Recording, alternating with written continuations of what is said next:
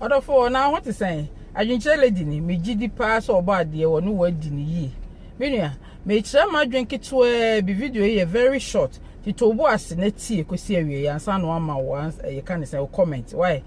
Ma and jump into conclusion wa bra me nwie ye den to nyampia engu video ya se wo de to bo ase na tie me wi. Me kire ma dwenke to bi afa ye papa onabo Canada Agyapong. Ne ya wie ya na se meka se rumors ekoso wo social media isi.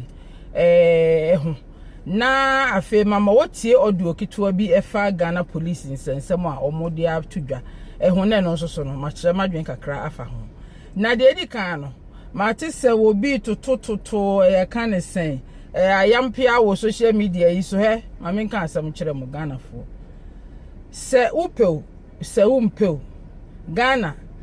the one and only unbreakable dress blessing. You hear? Joyce blessing kwa. Wono na wo ye unbreakable Joyce blessing. Enti unim se hu le nkura wudimu a hwehwe le na kudim.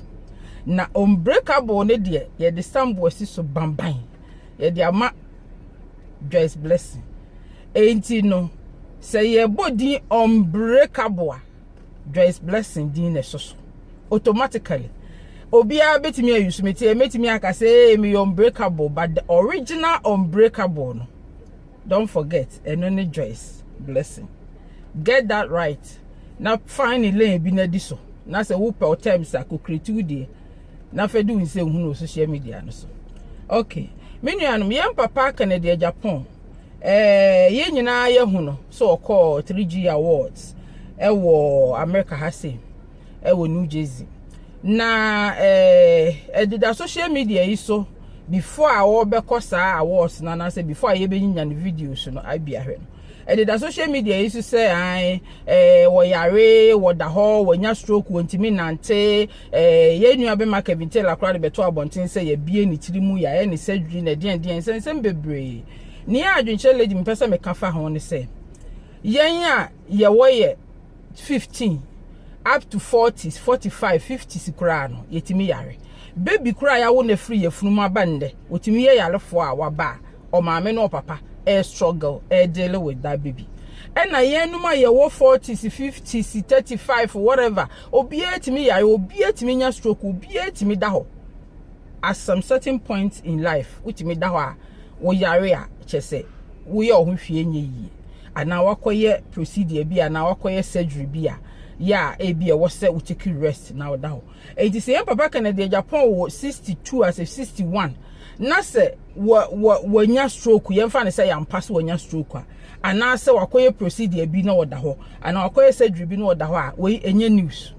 we nya de a enwanwa e ntimi de me hu ne say aye te say de nkrofo bi no mo ye ne te say de asede ase obi a wadi boni bi na ase wo nya ne punishment o say de you I don't understand but the metre nyina ne say yes Canada Agyapong nkrofo bebre ewo beef ewo entokwa woni binum akon woni binum wo issues enti mada say obi a bepenasem even yen Ghanaians kra no obi timi town for no reason a wonya ne hwe enti na say Canada Agyapong de o atamfo enya nwanwa but the minister nyina ne say Emma obi ahwe ase ana say obi downfall ana obi problems a will go through no emma ne nya wo de because life is full of surprises a lot of surprises and a what abrabom ebi a we are very healthy bibi a course of farm etika emu a me to ahwe ha me in a flip of an eye or in a blink of an eye make me an accident I must say bibi ato me a ebi kra me nanti beam for the rest of my life and there's no need this obema obi e downfall and the problems so go through and issue be a ato no and bibi ye no ayo fe. So what I say, the message say yes, Canada Agyapong a lot of people are no more issues. But so when the yaka or town no, why your bonny be cray or no the fort to cry no. Still, so what is a baby to no? Be in the back of your mind or backstage, you know, or be rejoice. But a more public and I say publicly, no, me show say I say a year de and I say your fe, say baby sa atono. But say be kind of cry 61 years old or 62 Canada Agyapong. It just means say him cry not just papa no cry no nyame ehira no because obi o ha wonu sa age no o yare ne na ye ne obugu abrochire ha abroad baby a wo bi a there are so many people ya che say wo go through issues me medical field na so obehu obi wo ho a 30s 40s 50s na bia de ato no for the rest of my life no ontimi ma normal biem minianum enti niam bi wo ho a ya ma ne nye so big deal sa ase nipa no wa me bone da wa ye obi a me ne ye fine bi bone da wa ka bibi afa obi a nti na no se bia bibi kura ato na mpa na asa obe rejoice minianum ti mo me nhwe niam bi ye because you never know tomorrow. Enti no nyame na yeda na se yem papa no se bi okoye procedure ampa se de ebinom ka no a ana okoye surgery bi a se de ebinom ka na na se bi no yare mpo a se yehu no 3G award ya se ye nyina ye ehu se bi o wona ho omubungu ho wona ho a wontimi sorry otimi nante na ye na nyame ase se bi wono kra no wo betimi afford to come to abroad baby for ayarehwe anasa ayaresa anasa ye frɛ ne sen ni procedure bi opeso wo ye obi o ha wote Ghana ho no mo so kra no hospitals akese o ho ye wo doctors akese o ho a mo so wonim di o mo so ye adwumaden but obi o ha even Ghana kra no he or she cannot afford se bibi ha no kra obetimi akọ hospital ezi ya mo ma times ye bibi a ye nwe ho kwachiri kakra na ye ma obi problems bi a o go through no ase enye ye de ana ase enye ye fe okay wa na me di yem papa kana Agyapong de ni besi ye ntie sa odu yi na me kire ma dwen kakra emfa ho me nuano ti ha enipa ne bebra ka fe o me mranye djuma ena we bo bi di bone kwa ye nse no ne ade na wo mo ka magana fo nyina afiase se ene ye se de emre no anie emre no so asem bi a aba betam ko ye hu ye Ghana fo ya eye abonefo sam Ghana fo pemu nhihemu de kokosi ye no wahu no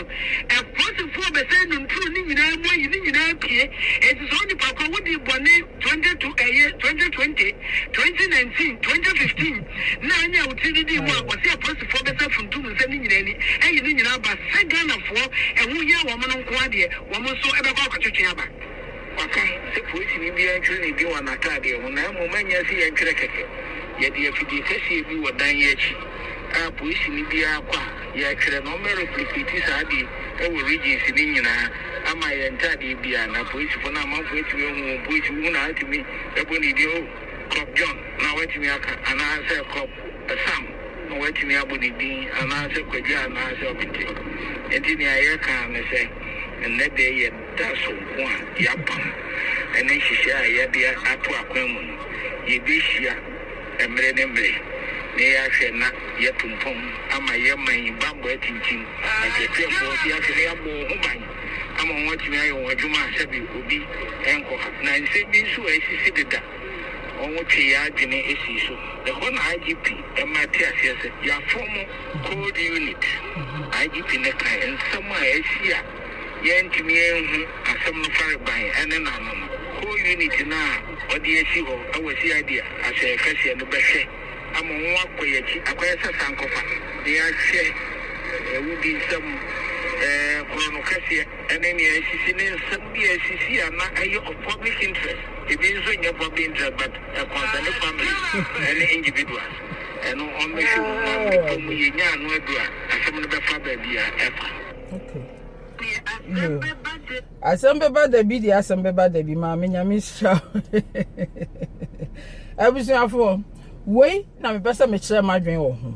na it's just wonderful say asem o mo kan say no kure say yem papa dampare o de say asem we nyina agu akwan mu ana niam we nyina agu akwan mu a omo ebe ye ho adwuma de na me say yem papa dampare say won go according to bone a obi edi ema omo nye ye kan say pick and choose we de we sikani we de onye sikani we de we say we de we say obi a wo ye wo man ba ya wo ya ade a enye a emfata e wo say mra ni di no e wo say mo ye ne clear na bribe gie ensoso no na unim ade ye me da wo sa ade we hu eye se wo mo se wo be ma police for no de o mo din agugu o mo ntawem. I think said this is very very important from the beginning. America ha anase Europe anase any other abroad bia no minim other countries there but metimi aka say UK any Italy mako Italy da na your friend is America ha say na your friend is Canada any some areas kakra bia minim no police for no country ni din ni gu ha anase bia unity o ni gu ha ni din su gu ha enti so oba na obebo do a that is 99% of the time abroad the police for no kra no oba na se situation bi no oba mu a ono akra introduce no home ya officer asomasi no de ne badge a kire ansa na bibia akra ni a o mahase ba ye man Ghana mu de 90% of the time who police ni kra won na jele so amoni din kra kire na asem ni ko over kra wan hwe yi a you will not know your friend is saying police ni kra won na jele ye woni mekaizen police ni pani ewo panifo ni bi ewo your friend is Central Police Station eti ya na mempese asem meka police for asem too much na akoye se wote obe feel say you know eti ya na bi wa meka police for asem wa being campo basically but where the meka kakra wo hu se me antiba na woye sa police ni ya meken ya waye adwuma o police Ghana Police Service mu acha pa wo Central Police Station enti no se wo mu a wo mu nimu no nim se me cousin no se bia obi hu se me ka asem bia obetimi kwa de me video ya kɔkyerɛ no na bia waka se oh sister bia my disappointed by we the bro so what ya you know you can say bear with me na me ncheche ni me mu kakra wo hu se Ghana police for no ebinom enye wo mu nyina ebinom edi nsɛnhunu ne nsɛmfun bi backstage a eno ema egu police for n'animu ase banyamienim ne nokore mejidi pa o makoma mu said there are so many Ghana police for a omo ye adwumaden me ankasa recently me wa America ha na enso so no me ni police for bi adele amoma handle issue bi ama me e wo Ghana recently very very successfully bibia go well emra kwa so enye bone so enye misika me wonti ene bia me de ekwa akosho omkutupa no makodi bone but baby emra ne da no na me ma wo mo de toye handle issue ni ma me e wa bra me wa so what you say but ye wo binum so wo ho a aso o ma take advantage so oba na se wo ye sikani wo wa abroad and after abroad na ba na bibia no wa take advantage enti no se bia me kra na wo samra ni gimi a enam se me ye sikani ana me free abroad abenti no enkwase asem bia me di no na wo mo afo ame so na me di ohiani mo bro wa bia o tene ba bia e bia enka wo no mom e kra na nka wo se e de me kra me good problems mu enti mesa yam papa dampare say mo fa woni hwe ho nyina me hu ni say yam papa dampare we say papa we ye papa bia wa ba wo ye very disciplined man me ma me sa na me ma me pen kwase asem ne ba no kra na ugimi a obedi udwuma papa ma na fata ho enti at the end of the day papa we ya wa bai me hu ni say wo ye obi a say ye Ghana fo ye no kwafo ne yi akoma mu ta papa dampare ye chi a ebeboa ye wakwa bebre so enti amane nya wadwen se wo do Mr B ana sister A enti ni so odi nkwase asem bi na se papa de na ifa kwan so a wo beba begina social media so ana ba bia beblase no ba se ne se yam pasa asem o mo kan se nsem o atwetwam bi a ha dwen a eye oman ma no interest se enka ayi kan se police for no behwa handle ni yie no so wo mo kofifa ni nyina abade a na emesere se mo mayan ka se obi wo sikanti enu to odi nkwase asem odi obi oye ohiani anaso odi nkwase asem oye niam bi emfata ne bribe a wode ba memma ye nuanom police for ni binom enti no na masa bi wo mo back ni pakro no oye ade a enye enso no mo nimpa asa de a nipa we yi enye ba ni sika eni ni position bi a wo wonti no no ode ade ya no ode ade ohiani bi a ontimi nka anase wontimi nkasa enti mesra yam papa dampare se papa fa woni hwe sa areas ni nyina wo ma no a wo mo wa bonte different your friends cities no e wo Ghana ho no no ye wo areas bebre a e bia mo fa mo ni hwe ho a police fo ni binum a e wo ho no wo mo niam a wo mo ye no emfa kwan me mpese me bo police fo recently me no wo mo dele wo Ghana me mo wo mo din because they did very wonderful. They did a wonderful job. Woman cause problems be me. Ntimi me mpese me bo omudin do omudin abeto abonti anase omu unity omu na akofa e bia issue because they haven't done anything wrong. What you say? Enti the message say said the police for ya make us me no mo daily matter recently. Wo mo ye omodwuma no quarry kwan sui. Sana mesre se ye nuanum binum wo ho a ma wo mfa wo mafunti na obi wo ho a wo ye maame pani papa pani a wo position na wo ska na wo ye ade a emfa kwam ensoso ne ye hwe no na wo ye saa enti ye papa dampare se ya mpa se ensem asisi atwam binum ene ne ma bi a mutimi se emfa kwam a public ne ye interested se mo behwe ho no se ya mpa se mo behwe ho de ne ye sere mo hwe ho yi papa because there are so many things e wo Ghana enko yi and na sa you can say wo monta ye omo de begu omo uniform yin so eno so a very very good idea because so police ni ye friend say din gu natare mu a eboa ma ye mfa ne se wa becho situation bi aba wo de akọ no asem a obeka free nanu mu aba kyerew advice o de be ma niam bia odu be go through now for say enye fair and na emfa kwan mu no now then you have the name of that police officer now what me aka say wo bia yemfa ne say adenta asuma bia adenta housing down and now wo bia mfa say awo hia na so wo bia la pass ha say now what me achenti at the moment I bet me pinpoint unity and I say city ana baby kra wo no na wonya ne din say bia me fa ne say bia wo de bi officer dampare at the end of the day you call sa awoshi ana say Madina ana say wherever kro no ye bo officer dampare ebi kro no kwa na de sa e wo ho then you will be able to deal with that and sa time bia police phone ebinum wo mu ye niam bia emfata wo mu do man ma ne binum ko situation bi mu a emfata nyame animu ni na ayese wo ye police ni nti ye ntimi nka na ayese wo back wo bi na nipa kro no di nsamfo a na de oyo ohiani na woni sika ode beto akoso na ode bekọ court na ode be niam bia ayeyi no na ase wo no e wo so ka ne kasa bo ahye ne yam na de na eya no ye koso didi no a na at the end of the day de ono wodi nsamfo no ne sika wo wonti no ne nam ho no da so di nsamfo na at the end of the day ne ono wodi nsamfo no ne position bia wo wonti no ne nam ho no da so di nsamfo na enti e be ye den e na sa build the country ne o man no ye pese eyeyie no akoso Krom has say police ni jina and now police ni eba ufia first me can say years ago police ni bi jina me first one can say madam you know what I'm stopping you for and I'm saying no say and one will explain here the current I was stop me for edi kire me and sana bibi bebe bia wa jo driver license whatever wa kwetena ne car mu no ahwe say wa ko speed na bibi na wa ya na bibi na wa car no ho a what do take it bro have a nice day you have the right to go to court and answer fine na ye dia man ko tua no ko ne baby woni woni sikaje bia ne bibia what I say enti Ghana no e wo say ye ma ye ne bre yes no krese bi wo ho a say ye me ana wo e no oje wo sa ye frɛ ne sen wo mo tie de sen kra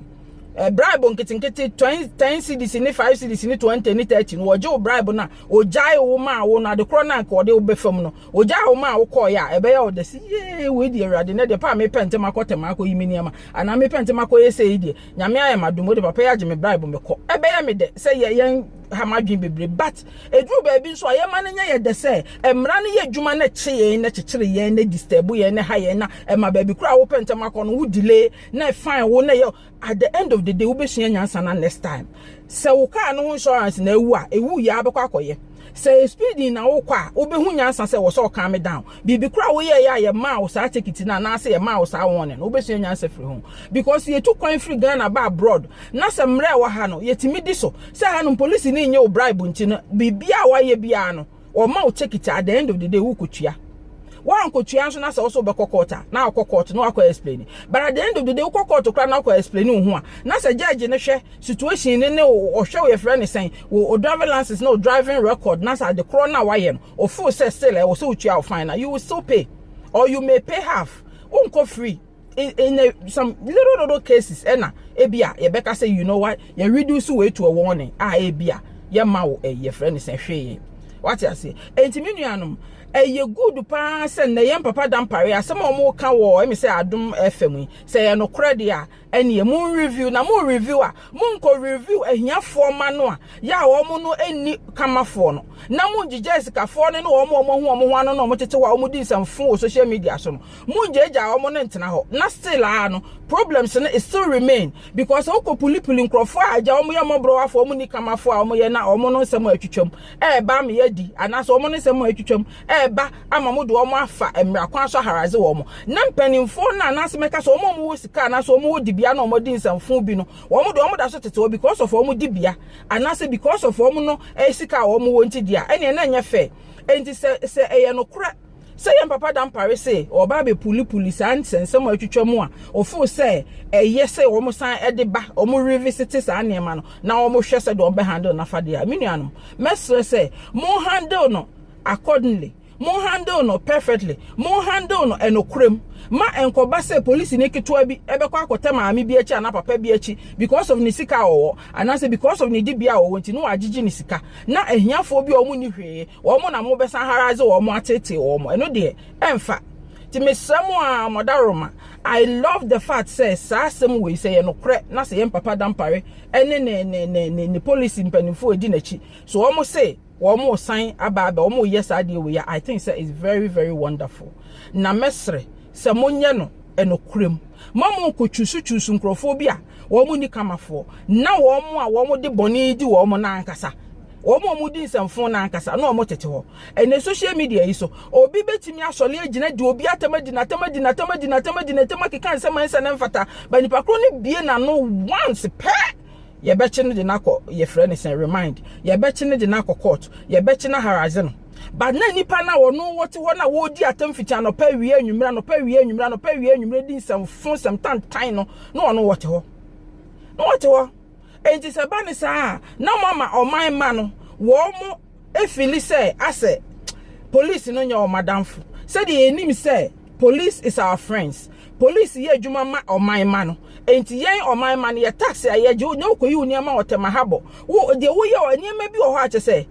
taxi nko aye beje wo Ghana na nya sam ketua enti the police supposed to be oman ma no wo mo adamfo say police ye oman ma na adamfo dia ene wo ye oman ba na se bi do odi beto ensuanom kra woni bia o your mind ba wo se police ye adwuma ma no eni se koba se wo your mind ba na enso oni sika oni position enti ye koye ama de owo sika eni de owo position na ono no asabi wo ye ohia ni mobrowa no won de watete da bia wa ha da bia wo se mra no echi obi a eni se ye pick and choose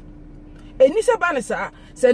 shatawale ne medical no ne nkrofo a wo mo wo odin kakra wo mo opposition kakra na wo nyina mra ne bi adi wo ama obi a wo no wo se wonya yi kire afọ obi ho kra mra ne bi timidi no dia eni ese mo so mo di money to fom na mo hwe eni ema bi atwetwam na mo revisit dia eni mo revisit ni ye pa mo pick and choose na mo go around nkrofo mo fasika nhye envelope mo emra ye nuanom police fo ni bi na at the end of the day no enkonko ba say ye frɛ ne sen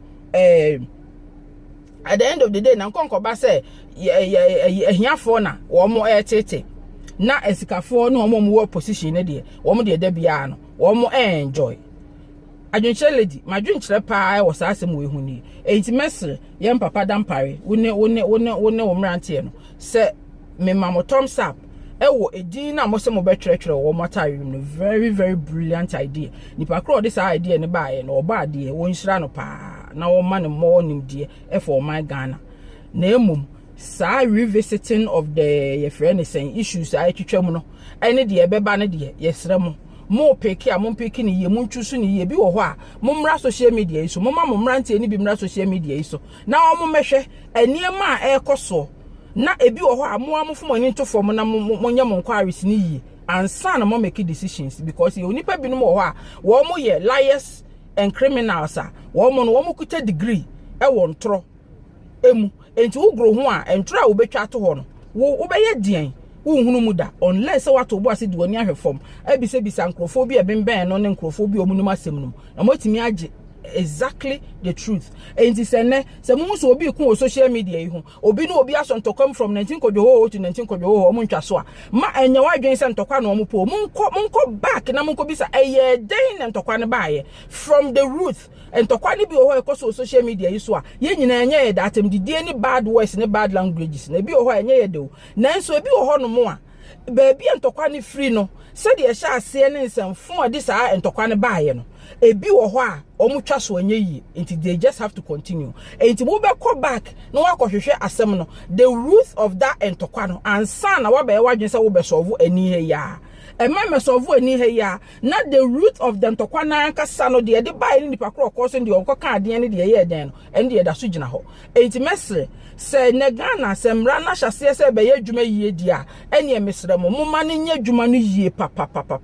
ma enkoba se ye beba be frɛ Mr. Kwasi ni ye jamaami adwoa na ono de wo nenam ho na afa ne ho adi menuanom enti Adwenkyere lady ma adwenkyere kakra me wo ewo saa asemi hu ni mesre mu bebre se mo me nyina ye mfa mpaebo enta o ma Ghana chi ni papa dampare ya wabe ye mo mpaye ma na papa no wonya nkwatenten ne ahoden na emrante na edi na chi na wo so ya police fo no wo mo so nya wo adwuma yi ebinum na wo mo mfa maake ye frɛ ne se ye papa na megidi yi se with this man no niema bi betimi atumpo ama Ghana pa especially wo Ghana emra kwan so because yeah na bi wo ho ahomete. This is my first time amakasafa Ghana police ho. Anase meka ya ba ko na me ka se me report to asemama yem papa dampare no de say ono nko about this time no we ni me first time my video I may address Ghana police issues because of me cousin meka so ye police for mpanifo ni bi wo central nti ya na menta mpese meka Ghana police for ho asem bebre yes ana na se bia se wo disrespect obra no na adwuma, but at the end of the day no enye wo mu nyina enete sa ebinum na didam ye nipa ekura ye wabontin ye wo good people and bad people and the same thing na police adwuma no so no ebi nso wo ho a me hu ne se abonefo bi didam o mususu didi nsamfo ema egu police adwuma no wo Ghana na animu ase enti em papa dan pare se ye akatua no so ne sha na ama ebinum nso so ejeje bribe didi nsamfo didi sa anema na ma as a cause so much pains any problems in my families ni bi nso a eni emonhwe se eni ebi o makatua no so mbetimi ayehu bibi kakra ma omo a ebi enu so betimi aboa na abre eniema bi asenso pa enti abusuafo we di Adwenkyere lady ni me di mo besi afọ now ye besan ahia bi medam ase.